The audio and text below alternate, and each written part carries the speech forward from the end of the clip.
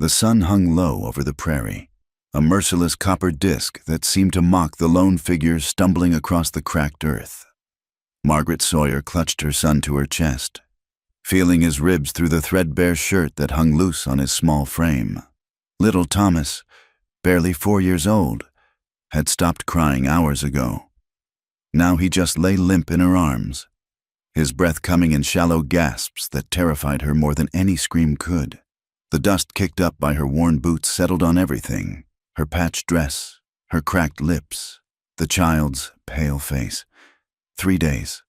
3 days since they'd eaten anything more substantial than the handful of bitter roots she'd dug from beside a dried creek bed. 3 days since the last homestead had turned them away with harsh words and slammed doors.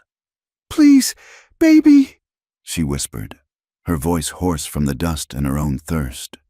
"Just hold on a little longer. Mama's going to find us help." But even as the words left her lips, she knew they were more prayer than promise. The settlements were few and far between in this part of Wyoming territory, and those that existed had made their position clear. A widow brought bad luck. A widow with a child brought worse. The whispers followed her from town to town. Her husband dead in a mining accident. No family to speak of, no skills beyond keeping house. What use was she to anyone? The weight of Thomas grew heavier with each step, though she knew it was her own strength failing rather than any change in his frail body. Her arms trembled, but she shifted him higher, pressing her cheek against his burning forehead. Fever. How long had he been burning up like this? The guilt gnawed at her insides worse than hunger. Another homestead appeared in the distance, barely more than a dark smudge against the endless brown grass. Margaret's heart clenched. How many more rejections could she endure? How many more times could she watch people look at her boy, her sweet, innocent boy, and see only a burden? As she drew closer, she could make out the details. A modest cabin with a lean-to attached. A small corral with a handful of horses. Smoke rising from the chimney. Someone was home. Her steps quickened despite her exhaustion. Hope and dread warring in her chest. The cabin door remained closed as she approached. No dogs barked. No curious faces appeared at the window. Just silence, except for the distant whinny of a horse and the whisper of wind through dry grass. Margaret stopped at the edge of the yard, swaying on her feet. "Hello?" Her voice cracked. She cleared her throat and tried again. Louder. "Hello? Is anyone home? Please, The words caught. What could she say that she hadn't said before? What plea hadn't already fallen on deaf ears? Movement caught her eye. A man emerged from the barn, carrying a saddle that he set on the corral fence with practiced ease. He was tall, broad-shouldered, with the kind of quiet strength that came from years of hard labor. His face was shadowed by a worn hat, but she could see the firm line of his jaw, the steady way he moved. He didn't approach, didn't speak, just stood there, one hand resting on the fence post, watching her with eyes she couldn't quite make out in the fading light. Margaret's legs trembled. She sank to her knees in the dust, still clutching Thomas. The words that tumbled from her lips surprised even her, born from a desperation so deep she no longer had room for pride.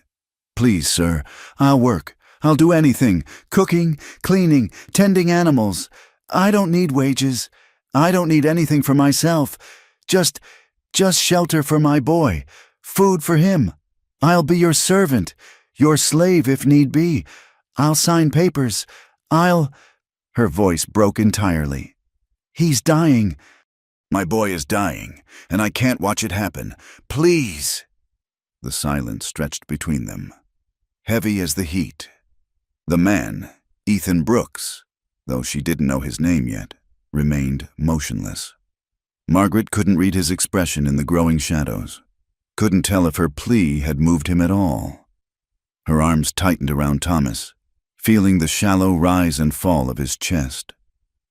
"I know what people say," she continued, the words pouring out now like water through a broken dam. "That widows bring misfortune, that we're cursed. Maybe they're right. Maybe I am cursed. But he's not. He's just a child. He didn't ask for any of this. Please, I'm begging you. I'll disappear if that's what you want. Work only at night. Stay in the barn. You'll never have to see me. Just please don't let my baby die because of what I am." Still, the man said nothing. The silence grew so thick, Margaret could hardly breathe through it. Her shoulders shook with sobs she no longer tried to hold back. This was it. Then, the last house, the last hope. She'd walked as far as her feet could carry her, begged as much as her pride could bear, and still it wasn't enough. She started to struggle back to her feet, thinking to spare herself the humiliation of being ordered off the property. But her legs wouldn't cooperate. The exhaustion, the hunger, the weight of failure. It all crashed down on her at once. She swayed, Thomas slipping in her grip. "Stay there." The voice was low, rough, like it wasn't used to being used. Margaret's head snapped up. The man had moved closer, though she hadn't heard his footsteps.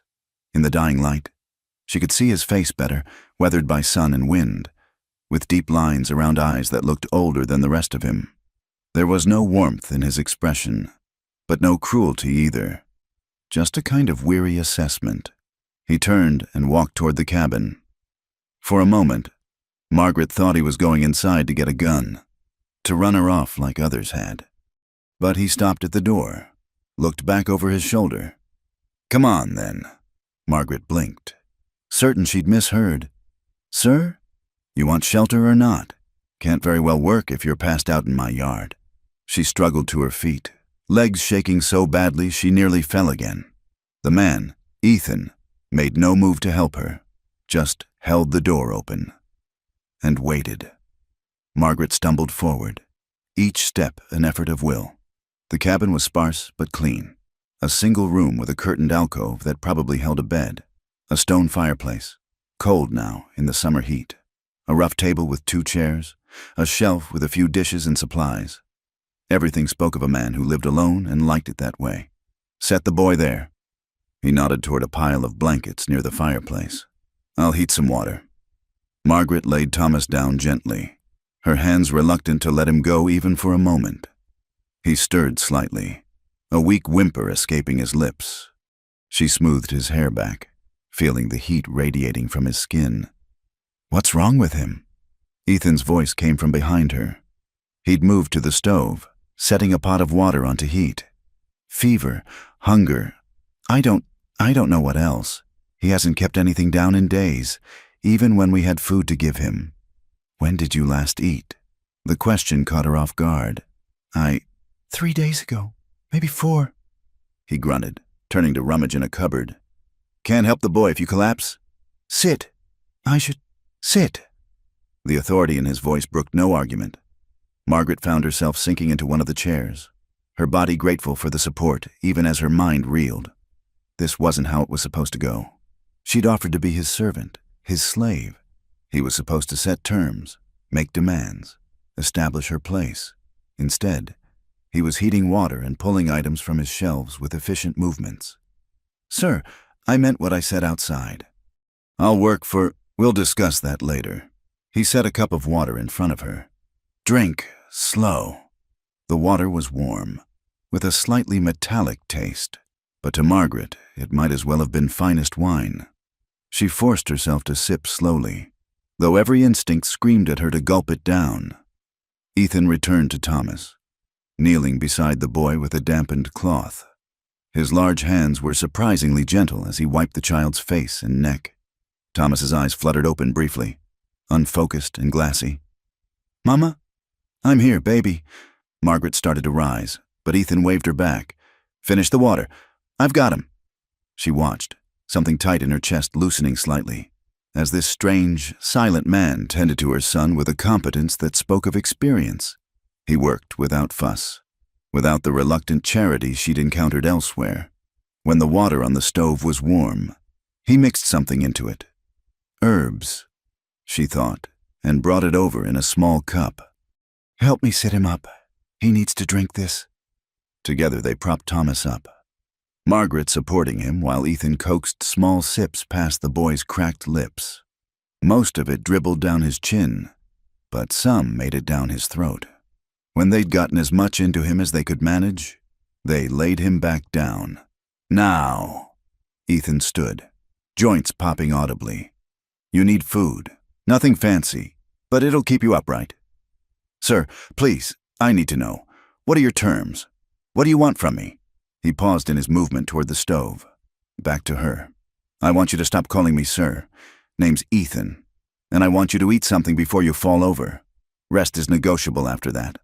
Margaret stared at his back, confusion and suspicion warring in her mind. But my offer? Heard your offer. He pulled a pot from a shelf, began cutting something into it. Don't recall accepting it. Then why, woman? He turned, fixing her with those tired eyes. Your boy is sick. You're half dead on your feet. Whatever fool notion you've got about selling yourself for bread and shelter can wait until morning. Right now, you eat. He rests. We see if he makes it through the night. Everything else, he waved a hand dismissively. Everything else doesn't matter worth a damn until then. Margaret's vision blurred. She pressed her palms against her eyes, trying to stop the tears. Kindness, after so much cruelty, was harder to bear than another rejection would have been. I don't understand. Don't need to. He turned back to his cooking. Just need to eat. The silence that fell was different from before. Not the heavy, judgment-laden quiet she'd grown accustomed to, but something almost companionable. The only sounds were the scrape of his knife against the pot, the crackle of the fire he was coaxing to life, and Thomas's labored breathing. Margaret found herself studying this man who'd taken them in without promise or payment. His movements were economical, purposeful. Everything about him spoke of self-sufficiency, of a man who'd grown used to his own company and liked it that way.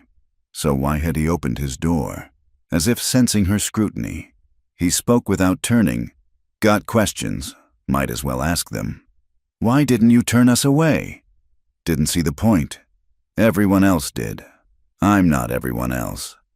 She waited for more, but he seemed to consider the matter explained.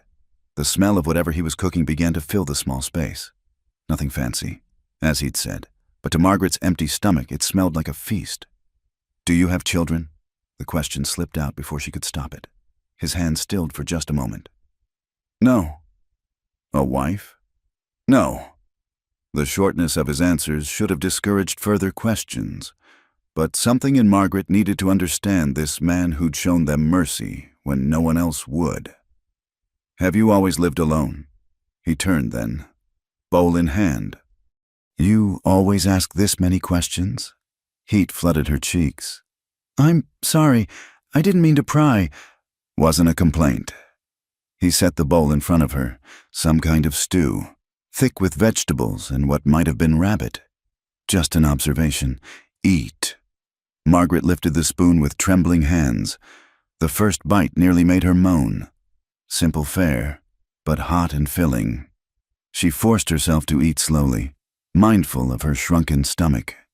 Ethan settled into the other chair, a cup of coffee in his hands. He didn't speak, didn't watch her eat with the kind of suspicious vigilance she'd grown accustomed to. Just sat, gaze fixed on some middle distance, lost in thoughts she couldn't begin to guess at. The morning light filtered through the cabin's single window, casting long shadows across the rough wooden floor. Margaret woke with a start, momentarily disoriented by the unfamiliar surroundings. For a heartbeat, she forgot where she was. Then memory crashed back. The desperate walk, the plea in the dust, the silent man who'd taken them in. Thomas lay beside her on the pile of blankets. His breathing still labored but steadier than it had been. She pressed her palm to his forehead. Still warm, but not the frightening heat of yesterday. Relief made her dizzy. The cabin was empty. Through the window, she could see Ethan moving among the horses in the corral, his movements unhurried and sure. Margaret struggled to her feet, muscles protesting after sleeping on the floor. She'd insisted on staying with Thomas, refusing Ethan's offer of the bed in the alcove. She found a bucket of fresh water by the door, a clean cloth beside it. The small gesture of forethought made her throat tight. She washed Thomas's face gently, coaxing a few more sips of water past his lips before turning to straighten the blankets and tidy the already neat space. The door opened as she was sweeping the floor with a worn broom she'd found propped in the corner. Ethan filled the doorway, had to duck slightly to enter. He took in the scene, her cleaning, the boy still sleeping, with that same unreadable expression. "You should be resting." "I've rested enough." Margaret gripped the broom handle tighter. "I need to work. Please, I need to earn our keep." He studied her for a long moment, then nodded toward the table. "Sit." "But—" "Sit. Can't have a conversation with you swaying on your feet." Margaret reluctantly set aside the broom and took a chair. Ethan remained standing, leaning against the wall with his arms crossed. The silence stretched between them. Not quite comfortable, but not hostile either. "Your boy going to make it?" "I think so. The fever's down some." "Good." He shifted slightly. "About what you said yesterday. About being a servant." Margaret's spine straightened. "I meant it. Every word. I'll do whatever work you need. I'm strong when I'm not starved. I can cook, clean, mend, tend gardens." "I know some about horses. I'll learn whatever I don't know." "Not looking for a servant." The words hit her like cold water. "Then, why did you let us stay?" "Boy was sick. You were about done in. Didn't seem Christian to turn you out. But we can't. I can't accept charity. Please. People already talk about widows taking advantage. I won't be that. I won't be a burden." Something flickered in his eyes. Irritation, maybe, or something deeper. "Who said anything about charity?" Margaret blinked, confused. "But you said you don't want a servant." "Don't want a servant," he confirmed. "Could use help around the place. Though, if you're set on working for your keep, what's the difference?" He uncrossed his arms, moved to pour himself coffee from the pot on the stove. "Servant does what they're told, stays quiet, keeps their place. That what you want to be?" The question hung in the air. Margaret thought of all the homesteads that had turned her away, all the people who'd looked at her and seen only a mouth to feed, a problem to be avoided. She thought of Thomas, still so fragile, still needing so much. "I want my son to live," she said quietly. "I want him to have food in his belly and a roof over his head. If being a servant gets him that, then yes, that's what I want to be." Ethan took a long sip of coffee, eyes never leaving her face. "Your husband, how long's he been gone?" The change of subject threw her. 6 months. Mining accident, was it? She nodded, not trusting her voice.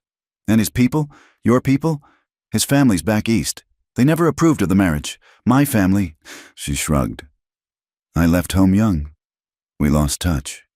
So it's just you and the boy?" "Yes."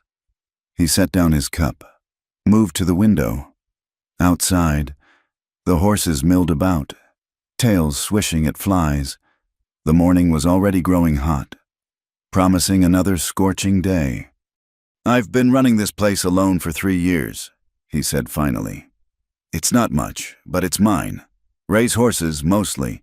Sell them to the army post 2 days' ride north. Don't make a man rich, but it keeps body and soul together." Margaret waited, sensing he was working up to something. "Could use help with the house, cooking, mending, such.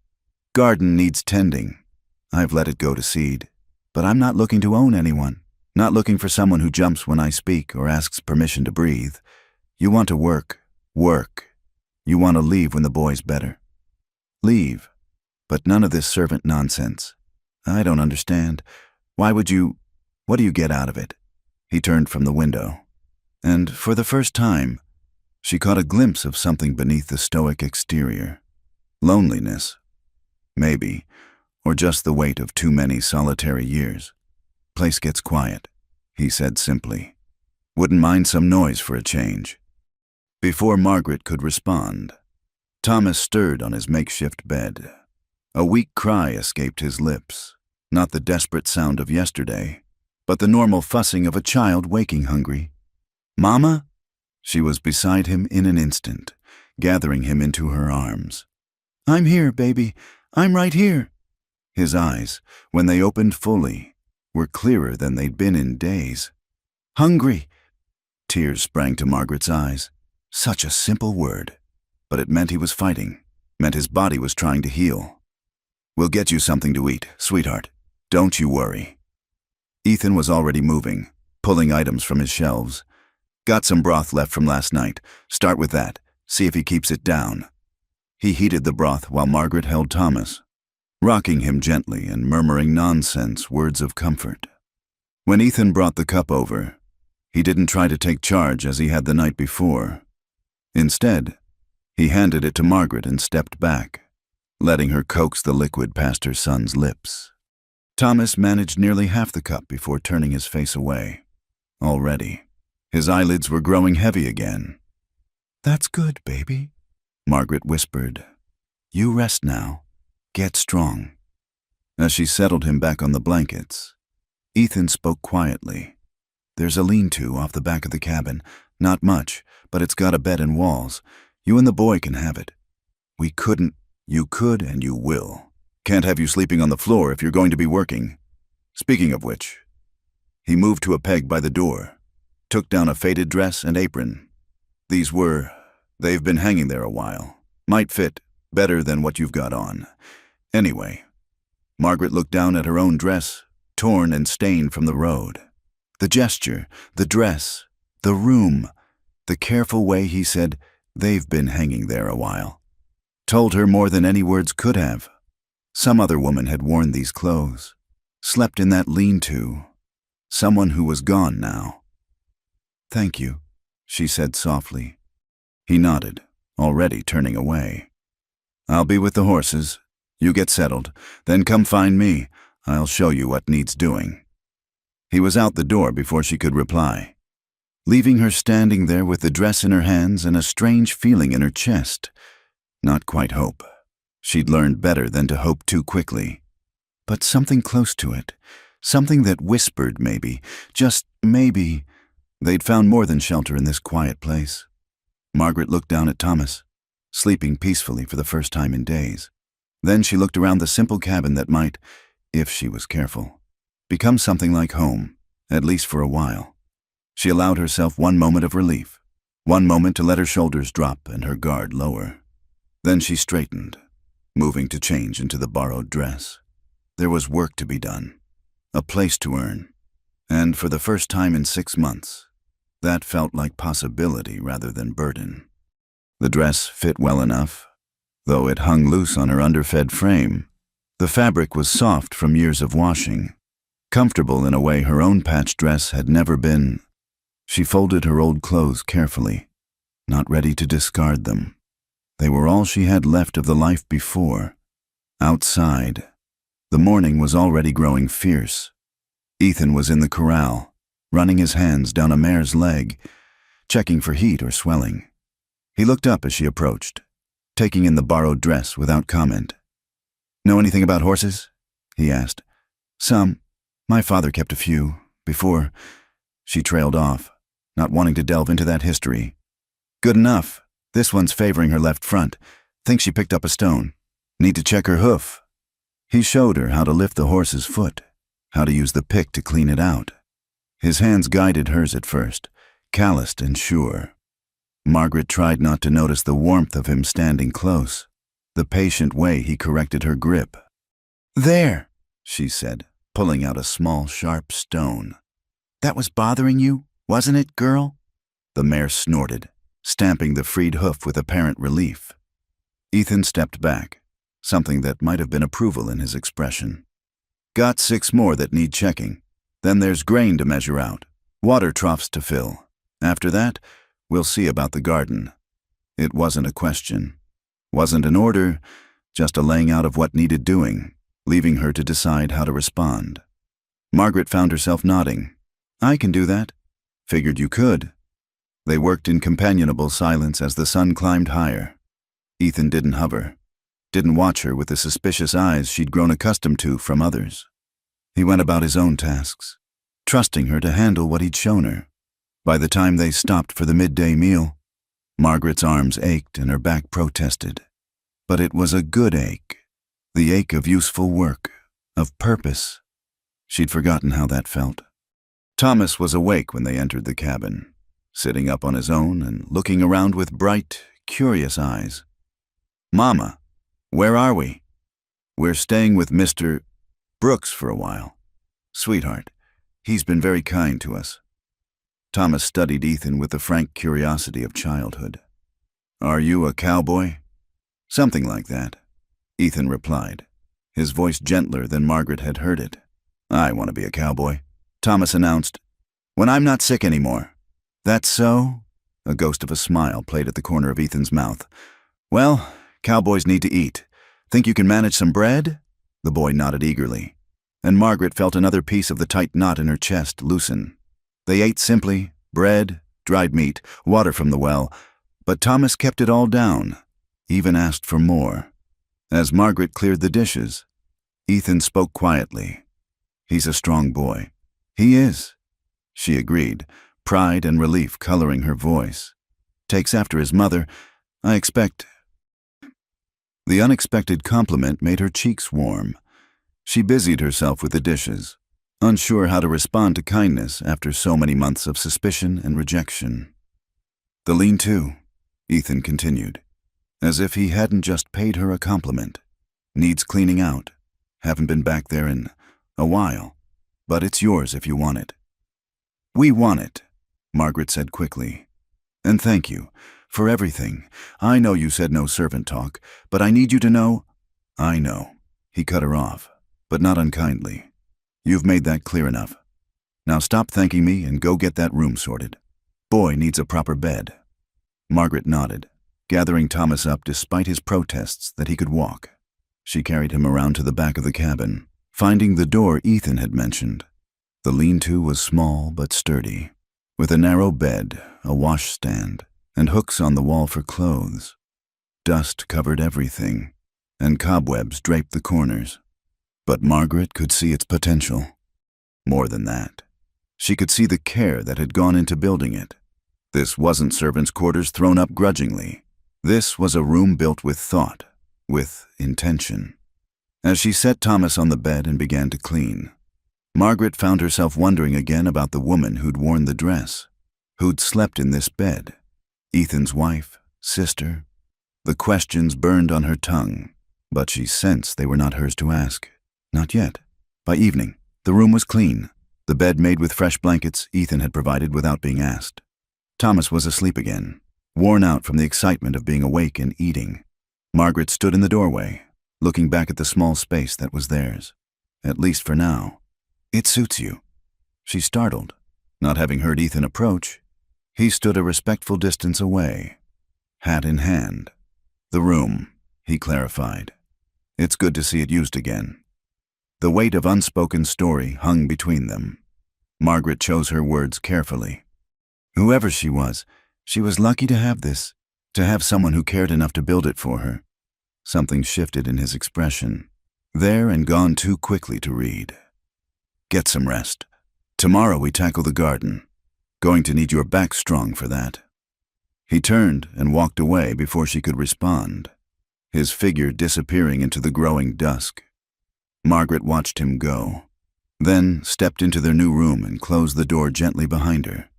For the first time in 6 months, she had walls around her and her son, a roof that was theirs by work, not charity, a man who offered help without demanding servitude, who looked at them and saw people rather than burdens.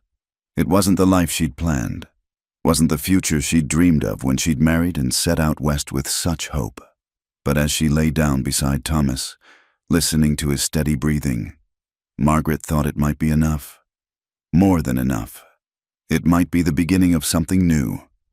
The night wrapped around the small homestead like a heavy blanket, broken only by the distant cry of a coyote and the restless shifting of horses in the corral. Margaret lay awake. Thomas curled against her side, his small hand clutching her sleeve even in sleep. The fever had broken completely now, leaving him weak but clear-eyed, and she found herself checking his breathing every few minutes, still unable to fully believe their fortune. Through the thin walls, she could hear Ethan moving about in the main cabin, the scrape of a chair, the clink of what might have been a glass or cup. He kept late hours. She'd noticed in the weeks since their arrival. Often she'd wake to find lamplight still glowing through the cracks between the boards, painting thin lines of gold in the darkness. Thomas whimpered in his sleep, caught in some dream. Margaret smoothed his hair, humming low in her throat, an old lullaby her own mother had sung, back when the world had been smaller and safer. The boy settled, burrowing deeper into her warmth. "It's all right, baby," she whispered. "We're safe now. We're safe." The words felt strange on her tongue. Safety had become such a foreign concept these past months, chased away by hunger and closed doors and the constant weight of fear. But here, in this simple room built by careful hands, with the quiet presence of a man who asked for nothing more than honest work, something like peace had begun to creep in around the edges. Morning came with the crow of a rooster she hadn't known Ethan kept. Margaret dressed quickly in the borrowed clothes that were becoming familiar, leaving Thomas to sleep a bit longer. He needed all the rest he could get to build his strength back. She found Ethan already at work, mucking out the horse stalls. He glanced up as she approached, nodded toward a pitchfork leaning against the barn wall. "Morning, morning." She took up the tool, falling into the rhythm they'd established. Work first, talk later, if at all. It suited her fine. After months of begging for help, of pouring out her story to uncaring ears, the silence felt like dignity restored. They worked steadily as the sun climbed higher, the smell of hay and horse and honest labor filling the air. When the stalls were clean and fresh bedding laid down, Ethan led the way to the neglected garden plot beside the cabin. It was a mess, weeds grown tall and thick, the fence broken in places where rabbits had pushed through. But Margaret could see the bones of what it had been. Neat rows, carefully planned, tended by someone who'd cared about growing things. "Haven't had the heart to keep it up," Ethan said quietly, the first real admission of the past he'd made. "But it's a waste, letting it go wild. We can bring it back." Margaret knelt, running soil through her fingers. "Good earth, just waiting. Thomas and we can make it grow again." Something flickered across his face. Pain, maybe, or hope. "Do what you think best." He left her to it, returning to his horses. Margaret set to work, pulling weeds and assessing what might be salvaged. Some volunteer plants had survived, a few tomatoes gone wild, herbs that had reseeded themselves, stubborn things that refused to give up even when abandoned. "Mama?" She turned to find Thomas standing uncertainly by the garden gate, still pale but upright on his own 2 feet. "Good morning, sweetheart. How are you feeling?" "Better. Can I help?" Her heart squeezed. Even weak as he was, he wanted to contribute. She'd raised him right, at least in that. "Of course you can. Here, help Mama pull these weeds, but slowly, all right? Don't tire yourself." They worked together in the morning sun, Thomas chattering about the bugs he found and asking endless questions about the plants.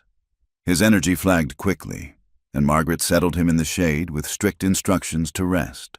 But his presence alone lifted her spirits. Around midday, Ethan appeared with water and simple food. He paused at the sight of the cleared earth, the neat piles of weeds, the salvaged plants already looking perkier for the attention. "Making progress." "It's good soil," Margaret said, accepting the water gratefully. "Just needs care." He studied her for a moment, then looked at Thomas dozing in the shade. "Boy's looking better." "He is, thanks to you, thanks to his mother not giving up." They ate in companionable quiet, the 3 of them arranged in the shade of the cabin. It felt almost like a family, Margaret thought, then pushed the dangerous notion away. This was a business arrangement, nothing more. Ethan had made that clear. After the meal, as Thomas napped inside and Margaret returned to the garden, she heard horses approaching, not the calm walk of travelers, but the purposeful pound of riders with destination in mind. She straightened, shading her eyes against the sun. 3 men reined up in front of the cabin, well-dressed by frontier standards, with the confident bearing of those used to getting their way. The leader, a man with silver threading through his dark beard, dismounted without invitation. "Brooks," he called. "Ethan Brooks, I know you're here." Ethan emerged from the barn, his face carefully neutral. Garrison, what brings you out this way? Business. What else? Garrison's eyes swept the property, lingering on Margaret. Well, finally taken my advice about finding a woman? Have you? Mrs. Sawyer works for me, Ethan said evenly. Her boy's been sick. They needed a place. Works for you. Garrison's smile was unpleasant. That what we're calling it these days? Margaret felt heat rise in her cheeks, but kept her eyes down, hands busy with the weeds. She'd dealt with men like this before, men who saw a widow as fair game, who assumed the worst because it entertained them to do so. What do you want, Garrison? Ethan's voice had gone cold. Same thing I wanted last month and the month before. This place, I'm prepared to make another offer, a good one. Answer's the same as last month and the month before. Not interested. Now, don't be hasty. Garrison moved closer, his men remaining mounted but watchful. A man alone can be stubborn, but a man with responsibilities might think different.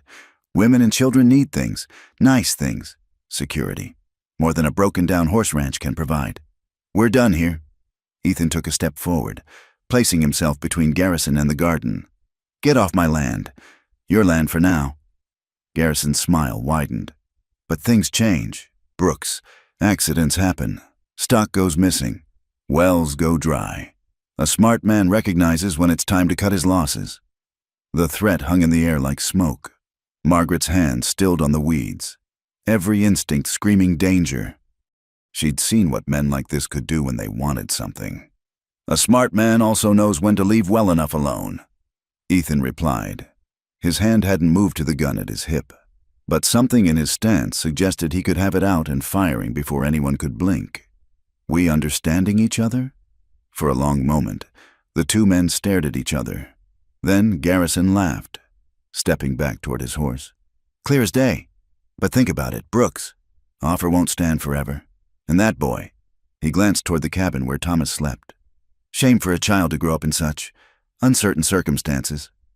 He mounted in one smooth motion, tipping his hat mockingly toward Margaret. Ma'am, pleasure to meet you. I'm sure we'll be seeing more of each other.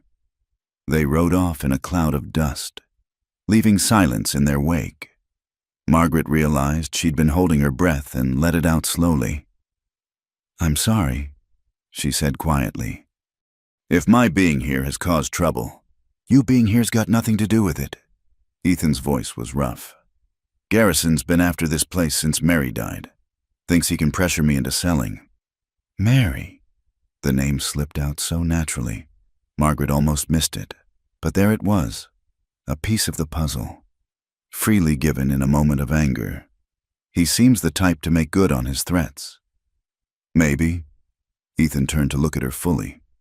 That scare you? Margaret thought of all the things that had scared her these past months. Watching Thomas grow thinner, begging for help and being turned away. The endless walk across hostile land with no destination but hope. No, she said simply.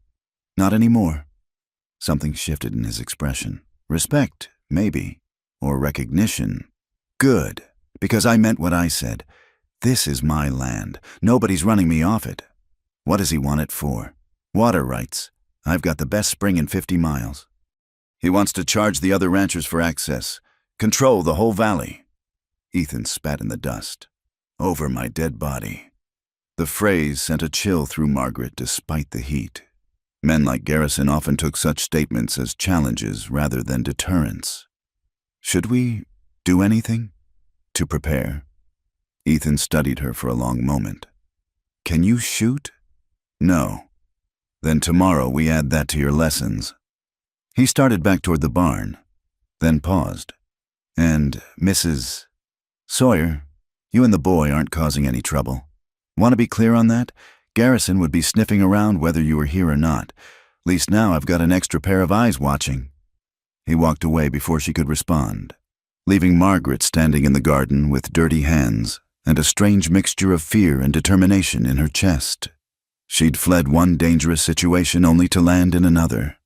But this time, she wasn't alone.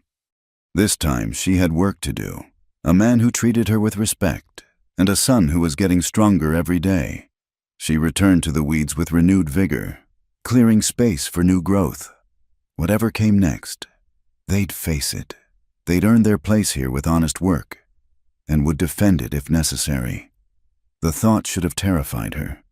Instead, she found herself thinking of the gun lessons tomorrow, of learning to protect what was theirs. Not theirs, she corrected herself. Ethan's. They were just workers, temporary residents in his life. But as she looked at the cleared earth, the salvaged plants, the beginning of something renewed, Margaret allowed herself a small, private hope that maybe, just maybe, temporary could become something more. The sun was beginning to sink when Thomas emerged again, rubbing sleep from his eyes. "Mama, I'm hungry." "Then let's get you fed." She dusted off her hands, reaching for him. "Come on, sweet boy. Let's see what we can make for supper." As they walked toward the cabin, Margaret glanced back at the garden. Tomorrow she'd plant seeds. Tomorrow she'd learn to shoot. Tomorrow she'd continue earning their place in this strange new life. But tonight, she'd cook a meal for the three of them, and they'd eat together as the sun set over the prairie. And for a few hours at least. She'd let herself pretend this was home. The week settled into a rhythm as natural as breathing. Morning chores with the horses, tending the garden as the sun climbed higher, preparing meals that grew more elaborate as Ethan's stores were replenished with her careful management. Thomas grew stronger by the day, following Ethan around the property like a small shadow, absorbing everything the quiet man was willing to teach about horses and ranch life. Margaret found herself watching them together. Her son's animated chatter met with Ethan's patient responses, the way Thomas's face lit up when Ethan let him help with small tasks. It was everything she'd hoped to give her boy with his father, before the mine took that future away. One evening, as she mended a shirt by lamplight, Ethan sat across from her, working oil into a length of leather harness. Thomas had been asleep for an hour, worn out from a day of following Ethan around the corral. "He asks a lot of questions," Ethan observed, not looking up from his work. "I'm sorry if he bothers you. I can try to keep him." Didn't say it was a bother. His hands never paused in their steady rhythm. Boy's got a quick mind, notices things. Margaret felt a flush of maternal pride. His father used to say the same thing. The words slipped out before she could stop them. She rarely spoke of James, finding it easier to lock those memories away than examine them in the harsh light of her current circumstances. What was he like? Your husband? The question surprised her. Ethan rarely initiated such personal conversations, seeming to prefer the safe distance of work-related discussion. He was. Margaret paused, searching for words. Kind, full of dreams. He was going to strike it rich in the mines, build us a big house, send Thomas to school back east. He had it all planned out. Plans don't always account for reality. No, she agreed softly. They don't. They worked in silence for a while. The only sounds the whisper of thread through fabric and the soft scrape of oil on leather. Finally, Ethan spoke again. Mary used to say I was too practical. No imagination, she said, just work and weather and horses. It was the most he'd ever volunteered about his late wife. Margaret kept her eyes on her mending, afraid that looking at him might break whatever spell had loosened his tongue. Was she right? A ghost of a smile touched his lips. Probably. She was right about most things. Had enough imagination for both of us. Though, always talking about what she'd plant come spring. How she'd arrange the house when we could afford better furniture. Plans and dreams enough to fill a lifetime. How long were you married? 2 years. It would have been 3, but the fever took her that winter. Her and the baby she was carrying. Margaret's hands stilled, the quiet devastation in his voice, carefully controlled but present nonetheless, made her chest tight. I'm sorry. Long time ago now. He set aside the harness, flexing his fingers. House felt too big after, couldn't stand the emptiness of it. That's why I built the lean-to. Figured if I couldn't fill the space, I'd make it smaller. But that didn't work either. He looked at her then, something raw in his expression. No, it didn't. Margaret understood then why he'd taken them in. Not charity, not even simple human kindness, but a recognition of shared loss. They were both walking wounded, trying to find their way in a world that had taken their planned futures and left them with only survival. "The garden's looking better," she offered, steering them back to safer ground. "Those tomato plants might actually produce something if we're lucky. You've done good work with it. Mary would have—" He caught himself, shook his head. It's good to see it tended again. Over the following days, small changes crept into their routine. Ethan began taking his evening meal with them instead of eating alone by the stove. He showed Thomas how to whistle, how to read the weather in cloud formations, how to approach a skittish horse. In return, Thomas shared his boundless enthusiasm, his questions about everything from why grass was green to where stars went during the day. Margaret caught Ethan smiling more than once, quick, fleeting things that transformed his weathered face. She found herself looking forward to those moments, storing them up like treasures. One afternoon, as she worked in the garden, she heard Thomas's excited voice from the corral. Mr. Ethan, look what I can do!" She glanced over to see her son perched on the corral fence, arms spread wide for balance. Her maternal instinct was to call out, to warn him to be careful, but she bit her tongue. The boy needed to test himself, to grow. Ethan stood nearby, watchful but not hovering. "Steady now. Keep your eyes up, not on your feet." Thomas wobbled, caught himself, and grinned triumphantly. "I'm doing it. Mama, look!" "I see you, baby," Margaret called back, pride and worry warring in her chest. "I'm not a baby," Thomas protested, still balancing. "I'm almost 5. "That's right," Ethan agreed solemnly. "Almost a man grown." Thomas beamed at this acknowledgement, then suddenly windmilled his arms as his balance fled. Ethan caught him easily, setting him back on solid ground with a gentle admonishment about overconfidence. That evening, as Margaret tucked Thomas into bed, he chattered about his day. "Mister, Ethan says I can help him train the new colt when it's old enough. He says I have gentle hands. Good for horses. Do I have gentle hands?" "Mama?" "The gentlest," she assured him, smoothing his hair. "I like it here," Thomas said sleepily. "Can we stay forever?" Margaret's throat tightened. "We'll stay as long as Mister. Ethan needs us to work, sweetheart. I hope he needs us forever then." After Thomas fell asleep, Margaret stepped outside for air. The night was clear. Stars scattered across the sky like spilled salt. She found Ethan sitting on the porch step, a cup of coffee cooling in his hands. "Mind if I sit?" He shifted over in answer. Margaret settled beside him, careful to maintain proper distance. They sat quietly, listening to the night sounds. Crickets, the distant howl of a coyote, the restless movement of horses. "He's a good boy," Ethan said finally. "He's taken with you.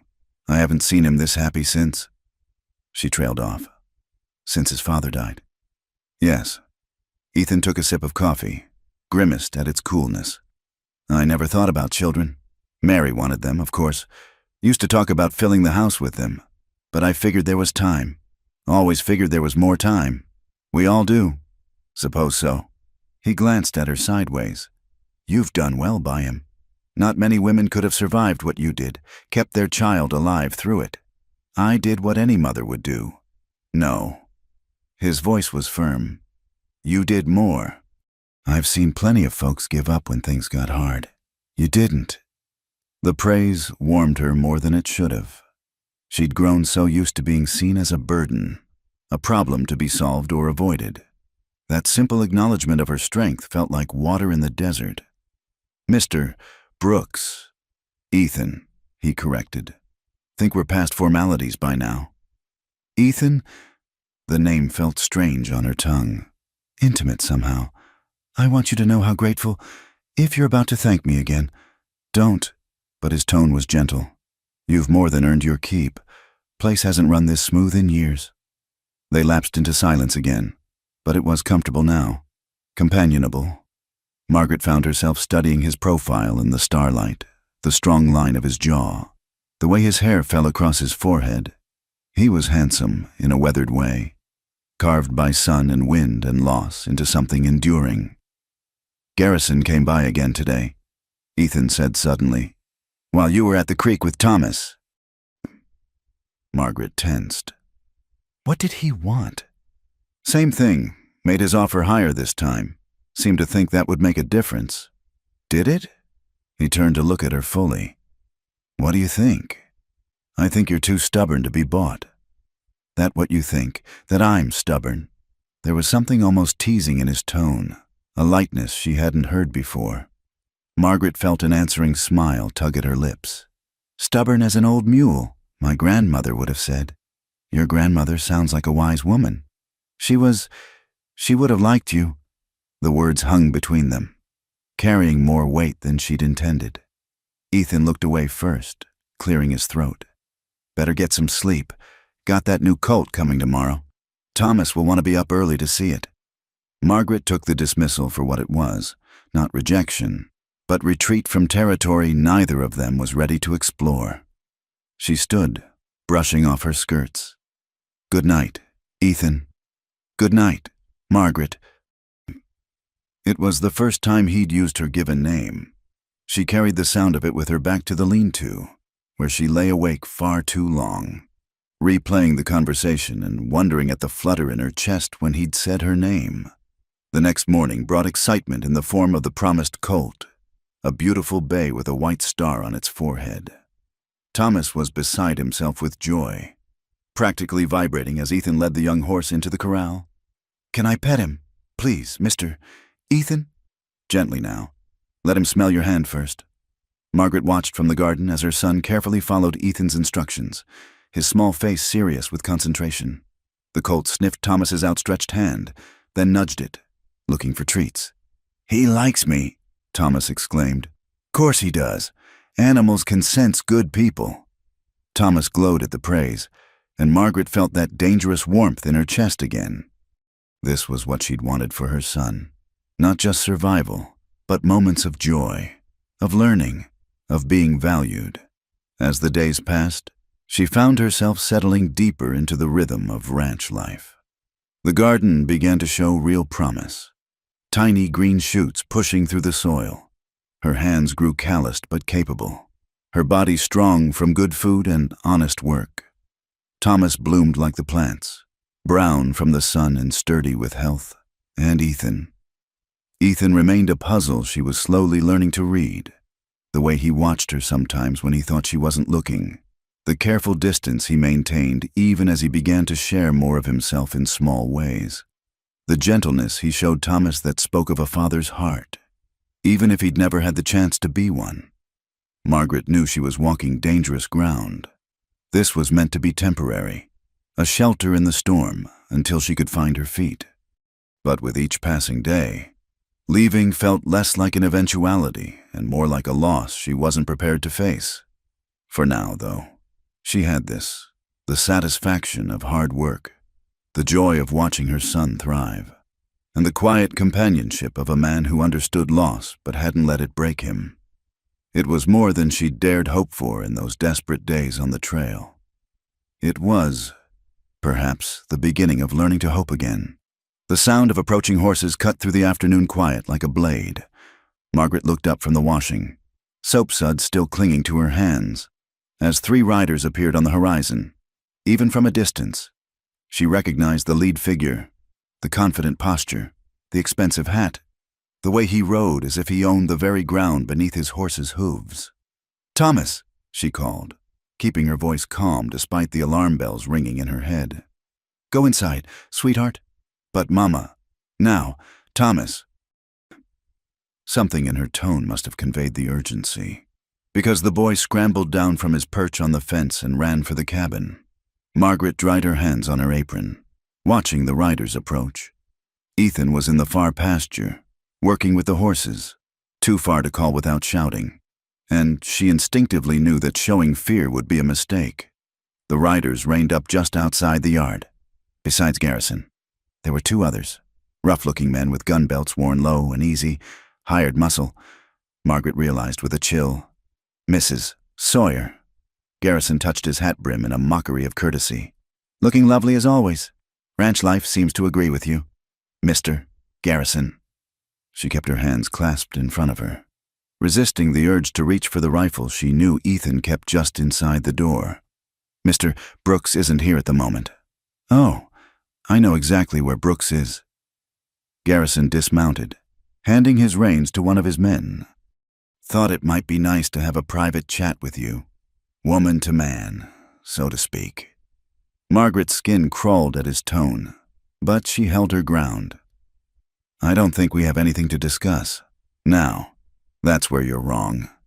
He moved closer, and she caught the smell of whiskey on his breath despite the early hour. See, I've been patient, made offer after offer to Brooks, all turned down. Man stubborn as a mule, but maybe he just needs the right motivation. I don't know what you mean. Sure you do. You're a smart woman, too smart to be wasting away on this dried-up piece of land. His eyes traveled over her in a way that made her feel dirty. I could offer you something better. Nice house in town, pretty dresses, proper schooling for your boy. All you'd have to do is persuade Brooks to see reason. The implication hung heavy in the air. Margaret felt rage rise in her throat like bile. Get off this property. Garrison laughed, an ugly sound. Feisty. I like that in a woman. But you might want to think about your position here. Widow, no family, no protection except what Brooks provides. And accidents happen out here. Terrible accidents. Are you threatening me? Threatening? He spread his hands in false innocence. Just observing. World's a dangerous place for a woman alone. Course, you don't have to be alone. I'm a generous man. Margaret. May I call you Margaret? No. His face darkened. Pride's a luxury you can't afford. Your boy's father is dead. You've got no claim here except Brooks's charity. When I own this place, and I will, where do you think you'll go? Who's going to take in a used-up widow and her brat? The cruel words hit their mark, but Margaret had survived too much to crumble now. Mr. Brooks has been nothing but honorable. He gave us work and shelter when no one else would. I won't betray his kindness. Honorable? Garrison snorted. Is that what you call it? Man takes in a pretty widow, sets her up cozy on his property. Don't play innocent with me. I know how the world works. Then you know nothing. Margaret's voice shook with fury. You see the world through your own filth and assume everyone else swims in the same muck. Mister, Brooks is twice the man you'll ever be. Garrison's hand shot out, grabbing her wrist. Watch your tongue, woman. Let her go. The voice came from behind Margaret, cold as winter wind. Ethan stood 10 feet away, rifle cradled casually in his arms. She hadn't heard him approach, but she'd never been so glad to see anyone in her life. Garrison released her wrist slowly, a smile playing at his lips. Brooks, we were just having a friendly conversation. Didn't look friendly from where I stood. Ethan's eyes never left Garrison's face. You're trespassing. Again. Just making a social call. Wanted to meet your new employee properly. You've met her? Now get off my land. One of Garrison's men shifted in his saddle, hand drifting toward his gun, without seeming to move. Ethan had the rifle pointed at the man's chest. I wouldn't, he said quietly. The moment stretched taut as wire. Then Garrison laughed, stepping back toward his horse. No need for unpleasantness. We're all civilized people here. He mounted with showy ease. But this isn't over. Brooks, one way or another. I'll have this land, and everything on it. His eyes lingered on Margaret as he said it, the meaning clear. Then he wheeled his horse around and rode off, his men following. Ethan didn't lower the rifle until they were dust in the distance. Then he turned to Margaret, and she saw something in his face she'd never seen before. Fear. Did he hurt you? No, I'm fine. But her hands were shaking now that the immediate danger had passed. Thomas? Inside. I sent him in when I saw them coming. Good. He set the rifle aside, then surprised her by taking her hands in his, examining her wrist where Garrison had grabbed her. The skin was red, likely to bruise. His jaw tightened. I'm all right, she said softly. This time? His hands were gentle, but she could feel the tension thrumming through him. He's escalating, coming here when he knew I'd be in the far pasture, approaching you directly. He's done playing by the rules. What does he want this land for so badly? Control, power. The water rights would make him king of the valley. Ethan released her hands, stepping back. But that's not all he wants now. Heat flooded Margaret's cheeks as she understood his meaning. I would never. I know. His voice was gruff. But men like Garrison take what they want. He sees you as a way to get to me, or as a prize to be won. Either way, you're in danger now. I'm not afraid of him. You should be. Ethan met her eyes squarely. He's rich, connected, and used to getting his way. The law won't help. The sheriff's his cousin. And he's right about one thing. You're vulnerable here. The words stung because they were true. She had no legal standing, no protection beyond what Ethan provided. If something happened to him, maybe we should leave, she said quietly. Thomas and I, if our presence is making things worse. No! The word came out sharp, almost angry. Ethan ran a hand through his hair, frustration evident in every line of his body. You can't leave. Why not? He turned away, staring out at the horizon where Garrison had disappeared. When he spoke again, his voice was careful, controlled. Place runs better with you here. Thomas keeps the silence from getting too heavy. And you, he paused, seeming to search for words. You've brought something back to this ranch, something I thought was gone for good. Margaret's heart beat hard against her ribs. Ethan. I'm not good with words. He faced her again, and she saw the struggle in his expression. Mary always said I felt things deep but couldn't speak them. Guess she was right about that too. But I need you to know, you and Thomas aren't just workers to me. Haven't been for a while now. The admission hung between them, fragile as spun glass. Margaret felt tears prick her eyes. We're not? No. He stepped closer, close enough that she could see the gold flecks in his brown eyes. This place was dying before you came, just going through the motions, waiting for, I don't know what, but now, Mama. Thomas's voice from the doorway broke the moment. He stood there, small and worried, clutching the doorframe. It's all right, sweetheart, Margaret called. You can come out now. Thomas ran to her, wrapping his arms around her skirts, over his head. Her eyes met Ethan's. The conversation wasn't finished, but it would have to wait. Were those bad men? Thomas asked, voice muffled against her skirts. They're gone now, Ethan said, his voice gentling as it always did for the boy. Nothing to worry about. But Margaret saw the truth in his eyes. There was plenty to worry about. Garrison wouldn't give up, and his tactics were escalating. The peaceful life they'd built here was under threat, and she didn't know how to protect it. That evening, after Thomas was asleep, Ethan taught her to shoot. They stood in the fading light, the rifle heavy in her hands. Steady, he murmured, standing close behind her, helping her support the weapon. Breathe in, let it out slow, squeeze gentle-like. The shot went wide, but not by much. Margaret's ears rang from the sound. Again, Ethan said. She fired until her shoulder ached and the target started to blur in the gathering darkness. Some shots hit, most didn't, but each one felt like a small act of defiance against men like Garrison who saw her as weak, as prey. You'll get better, Ethan promised as they walked back to the cabin. Practice every day, and soon you'll be able to hit what you aim at. I hope I never have to. So do I. He paused at the door. But hope's not enough anymore. Garrison's shown his hand. We need to be ready for whatever comes next. Margaret nodded, understanding the weight of what he wasn't saying. They were no longer just employer and worker, no longer maintaining the polite fiction of a business arrangement. Garrison's visit had forced them to acknowledge what had been growing between them, and the danger that acknowledgement brought. We'll be ready, she said softly. Whatever comes, we'll face it. Together, the question held more than just tactical planning. Margaret met his eyes, saw the uncertainty there, the hope. Together, she confirmed.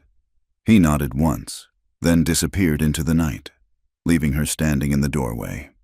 Margaret looked out at the darkening prairie, then back at the cabin that had become home. She had too much to lose now. Thomas's happiness, the life they'd built, and the unexpected chance at something more with a man who'd learned to smile again. Garrison thought she was a weakness to exploit. He was about to learn how wrong he was. Margaret Sawyer had walked through fire to save her son. She'd survived loss and rejection and the harsh judgment of a world that saw widows as burdens. She wouldn't run now. Not from Garrison. Not from the feelings growing between her and Ethan. Not from the fight that was surely coming. She'd stand her ground, defend what was theirs, and prove that a desperate woman could be the strongest force of all when protecting what she loved. The rifle felt more natural in Margaret's hands now. After 2 weeks of daily practice, she stood in the cool morning air, sighting down the barrel at the row of bottles Ethan had set up on the fence posts. The sun was barely up, painting the prairie in shades of gold and rose. "Remember what I taught you," Ethan said from beside her. "It's not about force. It's about breathing and patience." Margaret exhaled slowly, squeezing the trigger between heartbeats. The bottle exploded in a shower of glass, and she couldn't suppress a small smile of satisfaction. "Better," Ethan acknowledged. "Your grouping's getting tighter. I had a good teacher." Something warm flickered in his eyes before he turned to reset the targets. They'd fallen into this routine, rising before Thomas, practicing while the world was quiet and still. It had become Margaret's favorite part of the day. These stolen moments when it was just the two of them and the vast sky. "Again," Ethan instructed. "This time, imagine it's not a bottle. Imagine it's a threat to Thomas." The shift in mindset was immediate and visceral. Margaret's next shot hit dead center, shattering the bottle completely. She lowered the rifle, slightly shaken by the fierce protectiveness that had surged through her. "That's what you hold on to," Ethan said quietly. "If the time comes, you remember that feeling. Don't hesitate. Don't second guess. You protect what's yours." "Is that how you learned? Protecting what was yours?" He was quiet for a moment, reloading the rifle. "My father taught me when I was younger than Thomas. Said a man who couldn't defend his family wasn't worth much. Turns out knowing how to shoot doesn't guarantee you can protect everyone." The reference to Mary hung unspoken between them. Margaret touched his arm gently. "You can't blame yourself for the fever. No amount of bullets could have stopped that." "I know." He handed her the rifle. "Doesn't make it easier. Now, let's see you do it again. 3 shots. Quick succession." She was lining up the first shot when they heard it. The thunder of hooves. Too many and too fast for friendly visitors. Ethan's hand closed over hers on the rifle. "Inside," he said tersely. "Get Thomas and get inside. Bar the door." But Margaret was already moving, maternal instinct overriding everything else. She burst through the cabin door to find Thomas sitting up in bed, rubbing his eyes. "Mama, what's wrong?" "We're playing a game, sweetheart." She kept her voice light even as her hands shook. "We're going to hide in here and be very, very quiet. Can you do that for me?" Thomas nodded, picking up on her tension despite her attempt at calm. Margaret barred the door and moved to the window, peering through the gap in the shutters. Her heart sank. 6 riders, all armed. Garrison led them, but these weren't the same men as before. These had the hard look of professionals, men who sold their guns to the highest bidder.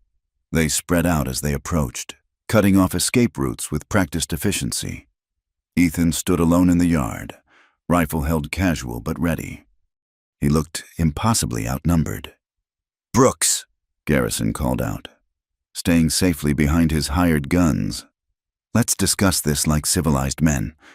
"Nothing to discuss. You're trespassing. Again. Now. No need for hostility. I've come with one last offer.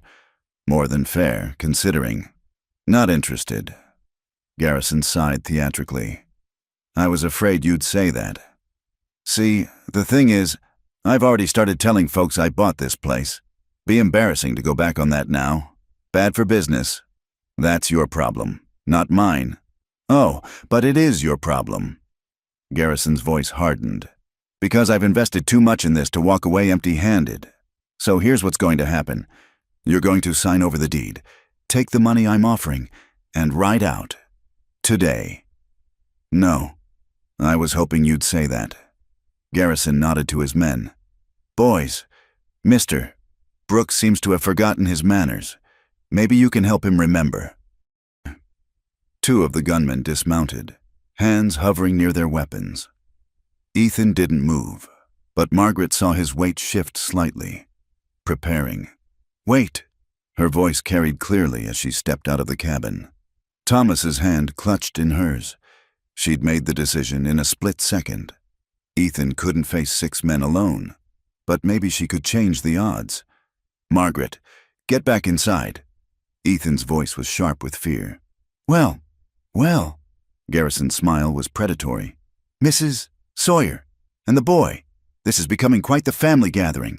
Margaret moved to stand beside Ethan, pushing Thomas slightly behind her. Mr. Garrison, please, there's no need for violence. Surely we can come to some arrangement. Margaret. Ethan's warning was low, urgent. The lady has sense. Brooks, you should listen to her.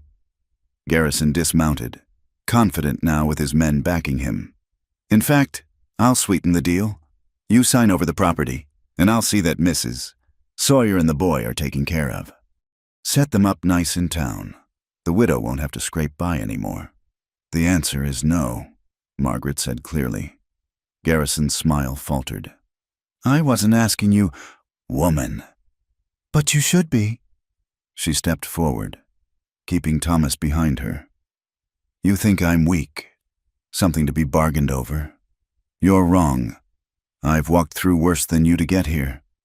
I've watched my husband die, begged for scraps to keep my child alive, faced rejection and scorn and judgment, and I'm still standing. Touching, but sentiment won't stop bullets.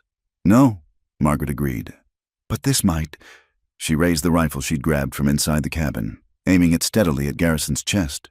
Her hands didn't shake now. All those morning lessons, all that practice, had led to this moment. You won't shoot, Garrison said, but uncertainty flickered in his eyes. You're not a killer. You're right, I'm not. Margaret's voice was steady as her aim. I'm a mother, and that's worse for you. Because a mother protecting her child won't hesitate, won't show mercy, won't stop until the threat is gone. You want to test that? The silence stretched taut.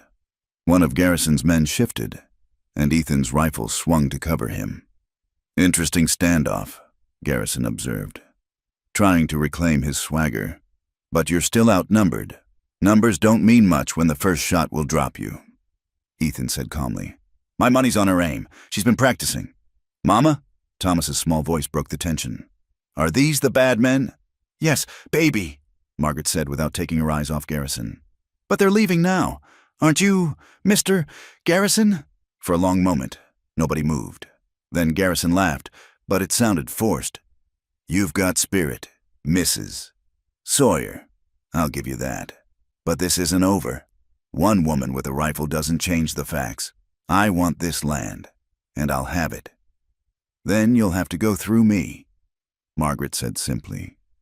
And I promise you, Mr. Garrison, you don't want to do that because everything you threatened, every harm you implied toward my son, I'll return tenfold. You think you know what desperate looks like. You have no idea. Something in her voice, the absolute certainty of it, made Garrison step back. He'd expected fear, weakness, leverage. Instead, he'd found steel forged in loss and hardship. Mount up, he told his men curtly. We're done here, for now. They rode out slowly, a final show of power. But Margaret didn't lower the rifle until they were specks in the distance. Only then did her hands begin to shake. Ethan took the weapon from her gently, setting it aside before pulling both her and Thomas into his arms. It was the first time he'd embraced them, and Margaret let herself lean into his strength for just a moment. You shouldn't have come out, he murmured against her hair. It was too dangerous. You couldn't face them all alone. I would have managed. She pulled back to look at him. No. No more facing things alone. We're together, remember? His hand came up to cup her cheek, thumb brushing away a tear she hadn't realized had fallen. You were magnificent. Garrison won't underestimate you again. Is it over? Thomas asked, voice muffled against Ethan's shirt. For now, partner. Ethan ruffled the boy's hair. Your mama scared them off good. She's brave, Thomas said proudly. The bravest mama ever. That she is. Ethan agreed, his eyes never leaving Margaret's face. Later, after Thomas had been settled with breakfast and reassured that the bad men weren't coming back immediately, Margaret found Ethan in the barn, checking weapons and ammunition. He'll be back, she said. It wasn't a question. Yes, with more men, probably, and the law on his side, bought and paid for. Ethan set down the gun he was cleaning. Margaret, I need you to understand something. This is going to get worse before it gets better. Garrison's not used to being denied, and now you've humiliated him. He'll want blood. Then we'll give him blood if we have to. He studied her, this woman who'd transformed from desperate beggar to fierce protector. You meant it. Every word you said to him. Every word. She moved closer, needing him to understand. I've lost everything once. My husband, my home, my dignity. I scraped and begged and nearly watched my child die. I won't go back to that. I won't run anymore. Even if staying means, I know what it could mean. She took his hands, feeling the calluses and strength in them. But this place, this life we're building, it's worth fighting for. You're worth fighting for. The words hung between them, heavy with meaning. Ethan's hands tightened on hers. Margaret, I know you still grieve her. Mary, I'm not asking you to forget or replace what you had, but Ethan, there's something here, between us, something real and good and worth protecting. He pulled her closer, one hand coming up to cradle the back of her neck. You terrify me, he admitted roughly. The way I feel about you, about Thomas, it terrifies me. I lost Mary. Couldn't save her. If I lost you too, you won't. She pressed her palm to his cheek, feeling the rasp of stubble. I'm not going anywhere. Not unless you send me away. Never. The word came out fierce, absolute. You belong here, both of you. He kissed her then, careful and tender, as if she might break. Margaret had been kissed before, but never like this. Never with such reverence, such restrained hunger.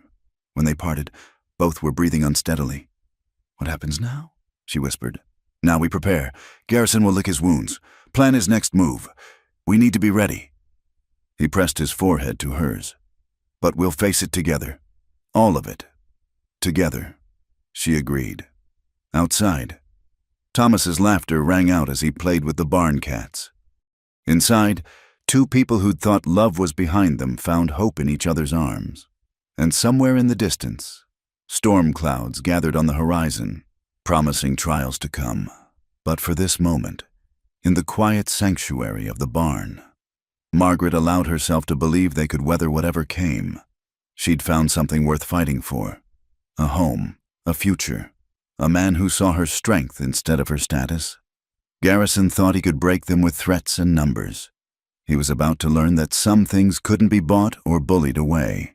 Some things were defended with the fierce desperation of those who'd already lost everything once and refused to lose again. The battle for the ranch had only begun, but Margaret faced it without fear. She had her son, she had Ethan, and she had the hard-won knowledge that she could survive anything. Let Garrison come. She'd be ready. The attack came at sunset, when the sky bled crimson across the prairie and shadows grew long and deceptive. Margaret was drawing water from the well when she heard it, the distinctive whistle of an arrow cutting through air. The bucket crashed to the ground as she dove sideways, the arrow embedding itself in the wooden post where her head had been. "Thomas!" she screamed, already running for the cabin. "Get inside!"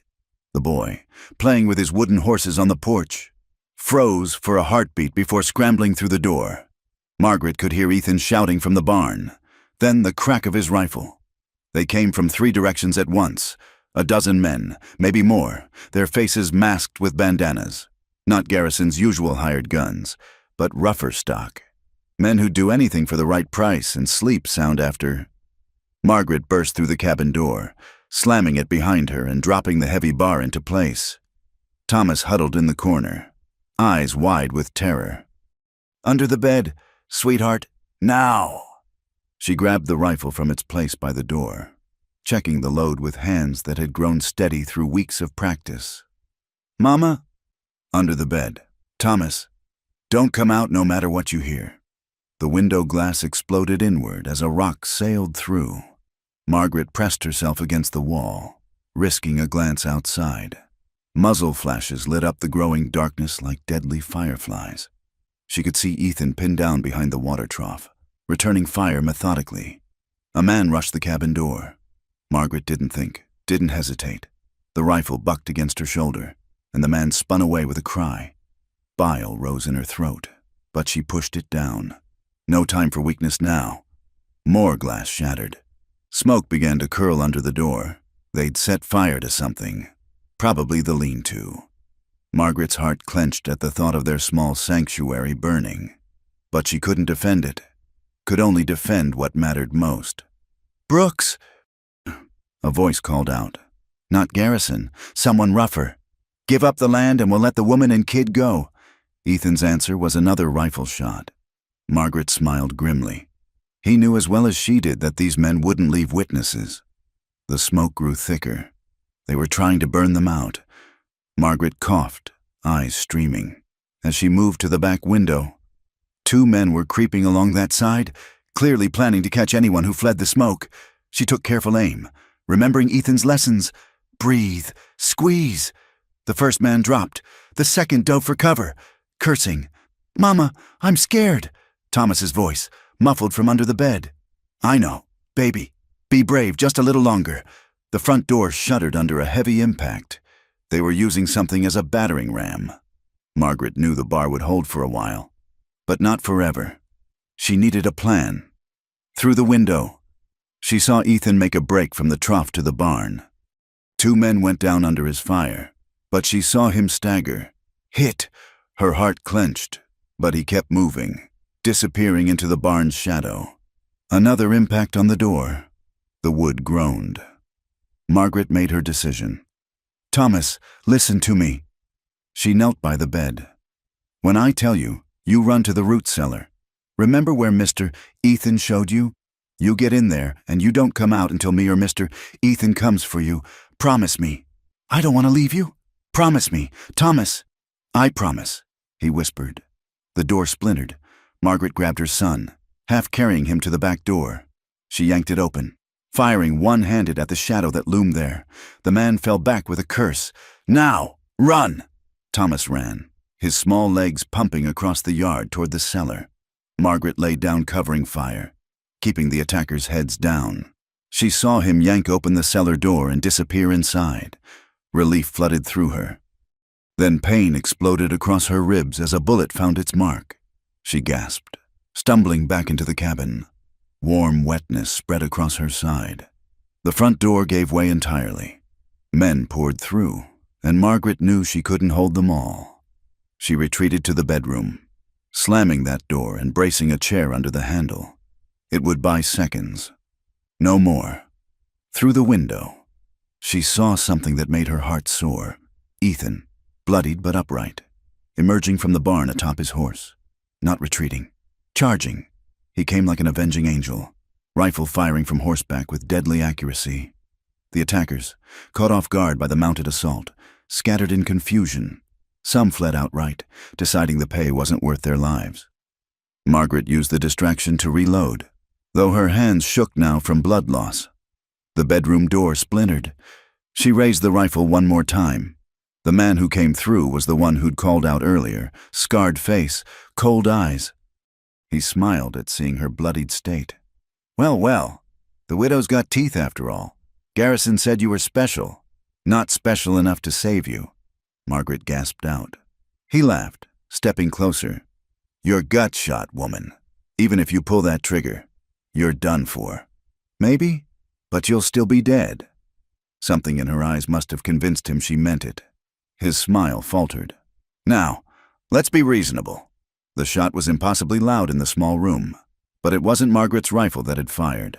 The scarred man looked down at the spreading red stain on his chest, surprise replacing arrogance. He toppled forward. Ethan stood in the doorway, smoking pistol in hand. His shirt was soaked with blood from a shoulder wound, but his eyes were fierce with purpose. Margaret. He was beside her in 2 strides, catching her as her legs gave out. How bad? I've had worse. She lied, then managed a weak smile. Well, no, but Thomas is safe. The root cellar. Good girl. Good thinking. He pressed his hand to her wound, and she couldn't suppress a cry. Stay with me. Fight's almost over. Indeed, the gunfire outside was sporadic now. Through the window, she could see riders fleeing into the darkness. Whatever Garrison had paid them, it wasn't enough to face the kind of resistance they'd met. We won, she whispered. This round. Ethan's voice was grim. Can you stand? We need to get you bandaged. With his help. She made it to the main room. The cabin was a wreck. Windows shattered, furniture overturned, smoke damage everywhere, but it still stood. They'd held. Ethan worked quickly, efficiently, cutting away her dress to expose the wound. Margaret was grateful for the businesslike way he went about it, though she saw his jaw clench at the damage. Bullet went through. That's good. Less chance of festering. He packed the wound with clean cloth, wrapped it tight. You'll have a scar. Another one for the collection, she said, trying for lightness. He cupped her face in his hands, and she saw the terror he'd been holding back. I thought I'd lost you. When I saw you go down, takes more than 1 bullet to stop a desperate woman, she assured him. You should know that by now. Thomas, the boy's voice, high and scared, carried from outside. It's safe now. Ethan called. You can come out. Partner. Thomas burst through the door moments later, taking in the destruction with wide eyes before launching himself at Margaret. Mama, there's blood. I'm all right, sweetheart. Just a scratch. She held him close, breathing in his little boy's scent of dirt and sunshine. You were so brave. So very brave. Is it over? He asked, the same question as before. This time, Ethan answered differently. No, but we taught them something tonight. Taught them this family doesn't run, doesn't break, doesn't give up. They'll think twice before coming again. Family. The word hung in the air, acknowledged at last. Margaret reached for Ethan's hand, linking the 3 of them together. What do we do now? She asked. Now we rebuild, stronger than before, and we get ready for whatever comes next. He looked at her, at Thomas, his expression fierce with determination. They want a war? We'll give them one. But they should know. His voice dropped, cold as winter wind. I've already lost 1 family. I'll burn the whole valley down before I lose another. The night wind whistled through broken windows, carrying the smell of gunpowder and blood, but also the scent of hope, of defiance, of 3 people who'd found each other against all odds and refused to let go. Margaret knew the battle wasn't over. Garrison would come again, with more men, better prepared. But as she sat there, wounded but unbroken, her son in her arms and Ethan standing guard, she felt no fear, only certainty. They'd survive the night. They'd survive whatever came next. Because they were no longer just 3 broken people clinging to existence. They were a family, forged in fire and sealed in blood. And heaven help anyone who tried to tear them apart. The stars began to appear through the shattered roof, bearing witness to their victory.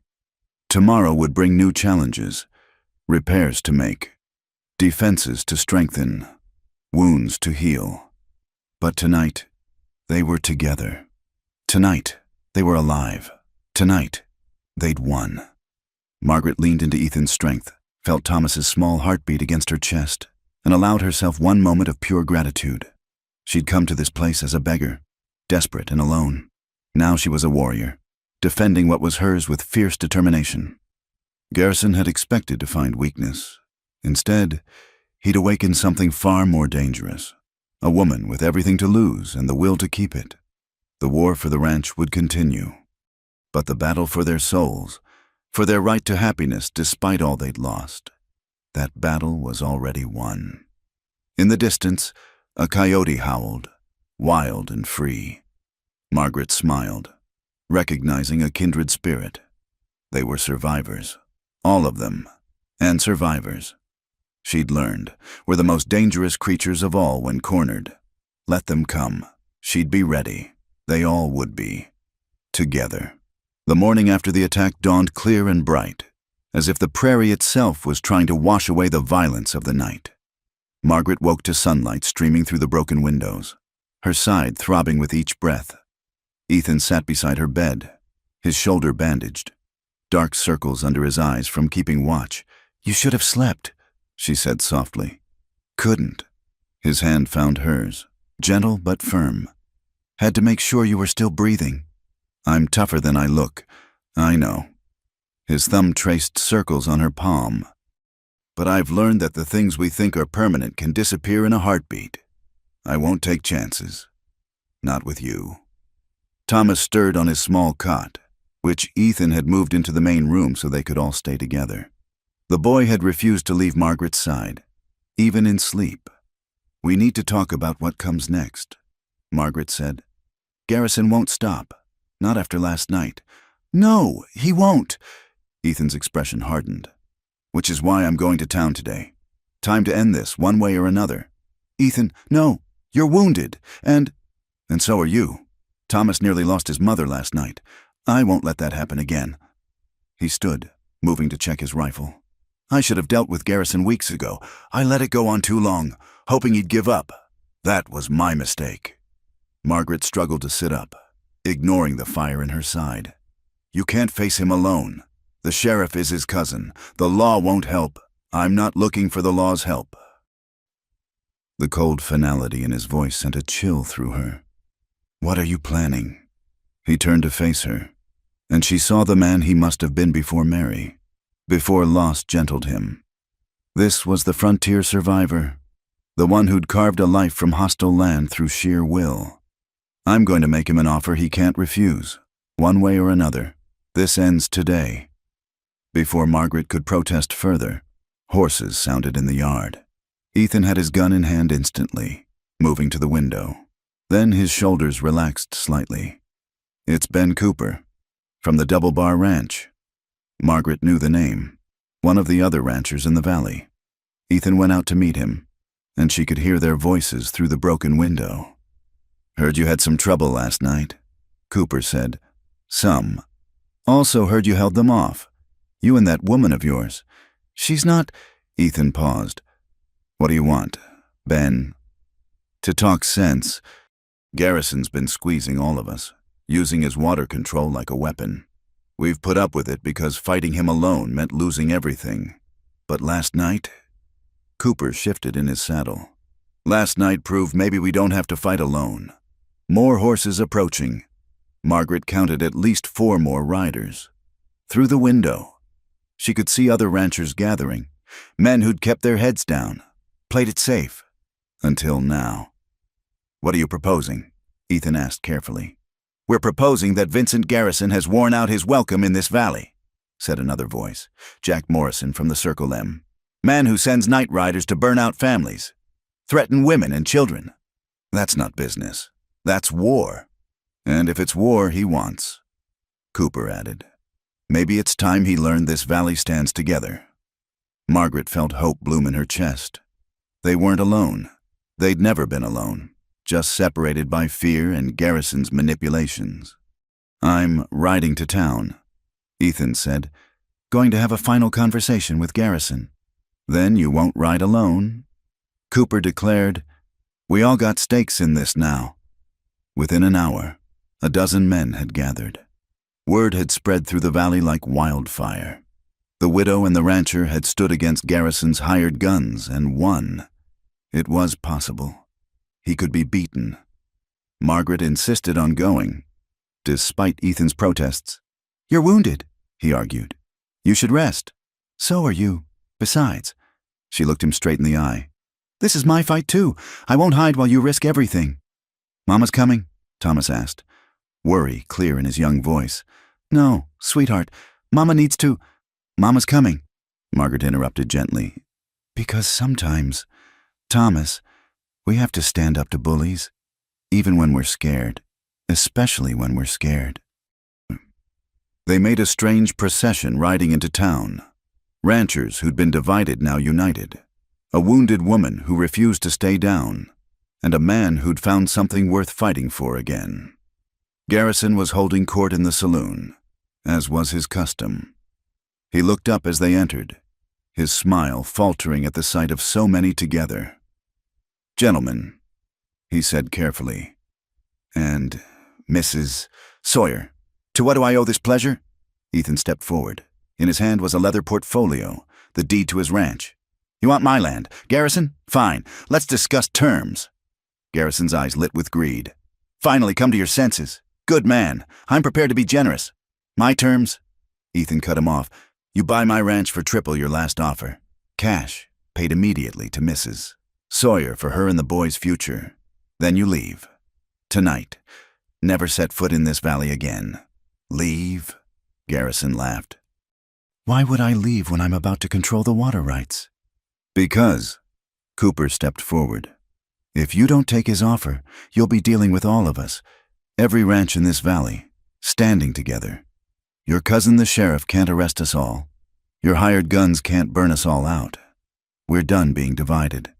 And, Morrison added, we've sent word to the territorial marshal about last night's attack.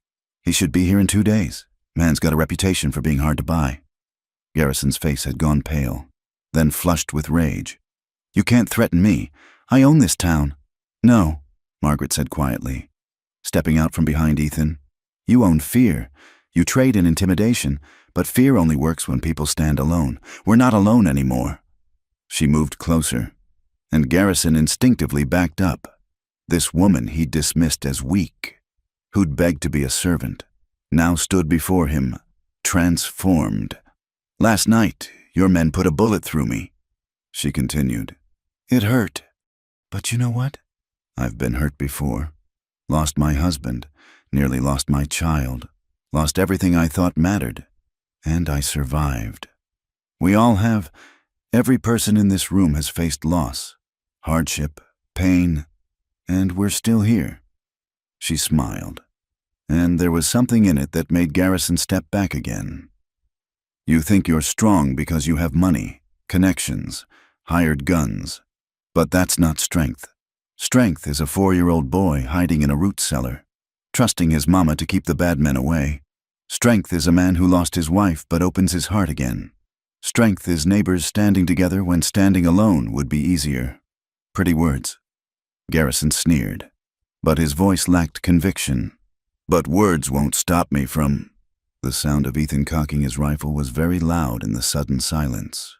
Words might not, Ethan said calmly. But we will. Take the offer. Garrison, leave with your money and your life. Because if you stay, if you send one more man against my family, I'll kill you myself, and every man here will swear you drew first. Murmurs of agreement rippled through the assembled ranchers. Garrison looked around, seeing no allies, no escape routes. For the first time, real fear flickered in his eyes. You wouldn't dare. The law's your cousin. Cooper said, but he's one man. And after what you did last night, burning out families, even he won't stand with you. Not against all of us. The moment stretched taut as wire. Then Garrison's shoulders slumped. The fight went out of him like air from a punctured bellows. Triple the offer, he said hoarsely. Cash to the woman, and I'll go. Tonight, Ethan insisted. Tonight. The rest happened quickly. Papers signed, money transferred from Garrison's own safe, watched over by armed ranchers who'd finally found their courage. By sunset, Vincent Garrison was gone. His reign of fear ended not by violence, but by unity. As the ranchers dispersed, many shaking Ethan's hand and tipping their hats to Margaret, Cooper lingered. That was a brave thing you did, he told Ethan. Offering to sell? You love this place? I do, Ethan agreed, his arm around Margaret's waist, careful of her wound. But I love my family more. And Margaret was right. We're stronger together than alone. Family, Cooper repeated with a knowing smile. About time you admitted that. Mary would be glad. That evening, as they returned to the damaged but still standing ranch, Thomas asleep in Ethan's arms, Margaret felt the weight of the leather portfolio in her hands, the deed to the ranch, along with enough money to ensure Thomas's future. I can't accept this, she said. The ranch is yours. No, Ethan corrected gently. It's ours. Has been since the day you refused to leave when things got dangerous. Only seems right to make it legal. He'd stopped the horses in the ranch yard, the setting sun painting everything in gold. From his pocket, he pulled something that made Margaret's breath catch, a simple gold ring. It was Mary's, he said softly. I thought I'd never, but she was wiser than me. She'd have loved you.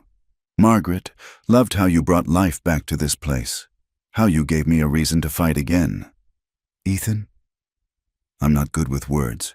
You know that, but I know what I feel. I know that when I saw you bleeding last night, I understood that losing you would finish what losing Mary started. I can't go through that again. Won't. He took a breath. This strong, quiet man who'd hidden his heart away until she'd stormed into his life. Margaret Sawyer, you deserve care, not chains. You deserve love, not servitude. You deserve a home where you're valued, cherished, protected. Let me give you that. Marry me. Make this family real in the eyes of God and man. Margaret looked at him through tears. This man who'd saved them when no one else would, who'd seen her not as a burden but as a partner. Yes, she whispered. Yes. Of course, yes. He slipped the ring onto her finger with hands that trembled slightly, then kissed her as the sun set over their land, their home. Thomas stirred in Ethan's arms, blinking sleepily. Are we home? The boy asked. Yeah, partner, Ethan said, his voice rough with emotion. We're home. As they walked together toward the cabin, ready to begin the work of rebuilding, Margaret felt the weight of her journey from desperate widow to beloved wife, from beggar to defender of her home. She'd offered to be a servant to save her starving child. Instead, she'd found a man who saw her worth, who'd reminded her that she deserved care, not chains. Together, they'd faced down threats, united a community, and built something worth fighting for. The stars began to appear overhead, witnessing this new beginning. Tomorrow would bring challenges, repairs to make, a wedding to plan, a life to build together. But tonight, they were safe. Tonight, they were family. Tonight, love had won. Thank you for listening to this story of love, loss, and triumph in the Old West. Where are you listening from today? Drop a comment and let us know. We love connecting with our audience from around the world. Don't forget to subscribe to From Wild West channel and share your thoughts about Margaret and Ethan's journey. What part of their story touched your heart the most?